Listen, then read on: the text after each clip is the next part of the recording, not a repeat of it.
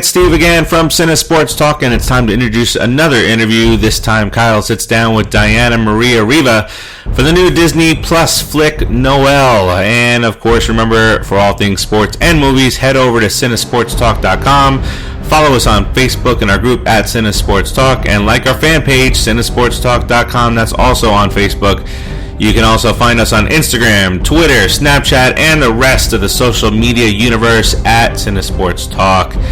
And finally, you can search out Cinesports Talk wherever you listen to your favorite shows and our podcasts, and find the Cinesports Talk radio network to listen to all of our shows, which include the Put in the Book Show, the Nobodies, and the Just Too Sweet Show.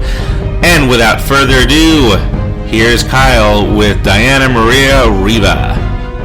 Joined by Diana Maria Riva. Thank you so much for joining me today for the film Noelle. I want to start off right away by asking you, how does it feel to be a part of this film that's launching this massive streaming service?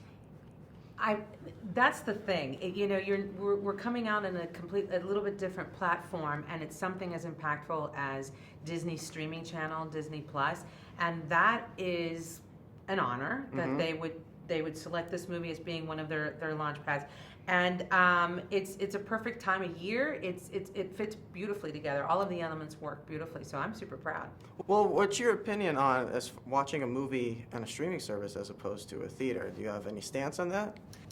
I don't think I will ever stop loving going to the theater and seeing a beautiful piece of art on the big screen. Right. That's just going to be a love that I'll always have.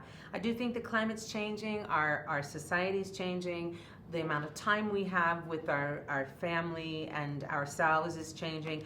And I do think, though, at streaming, we are diving into a somewhat different level of creativity that's challenging us more, and we're digging deeper to find new ways to entertain and to storytell. So I'm always open to that. I would never want to shut that down. And I think this Noelle is a perfect film for something like this. Well, it allows creators more opportunity to get their works out there, and I think that's what Noelle kind of represents. I agree with you completely. I think with all the ability that we have now with streaming, there's more room for more work and more creative people.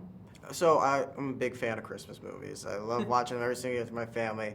But I always wondered what it's the vibe like on set when you're making a Christmas movie, because I guess most of the time it's not being filmed during Christmas time. So what's that vibe like on set? You know, this film took a little bit of time to make. There were a lot of visual effects, and they literally created the North Pole town in I believe Whistler, Canada. Yeah, so it was beautiful.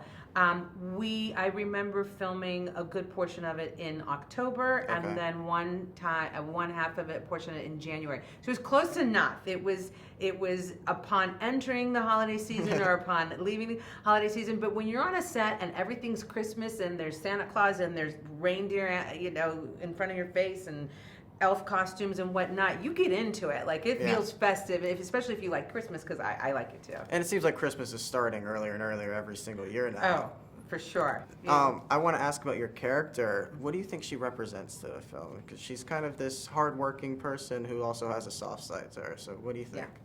Helen Rojas is a beautiful, hardworking, underpaid woman, that has a lot of life but hasn't really tapped into it. Her life is her work, her cats, her house. She's frazzled, worn down, and yet when Noelle, played by Anna Kendrick, shows up at her mall that she manages in Arizona with all her reindeer and her nanny, which is a senior elf, played by Shirley MacLaine, the Christmas spirit just comes alive, and that seems to spark a life into Helen that no one's ever seen. So I love to see that this woman's journey went from someone who was just kind of beaten down and not really knowing what to look forward to in life, just dreaming about a trip to Hawaii. That's her big dream. Right. And in the end, you see her new life, her newfound interest, her newfound hobby, and a newfound crush. Yeah, exactly. It all ends up working out well for her. So. It does. So thank you again so much. I appreciate the time. Yes, and of course. thank you. Thank you. Downward facing reindeer. I said take the weekend. Nobody listens to me. Don't do that, please. Wow, that's a big deal in here.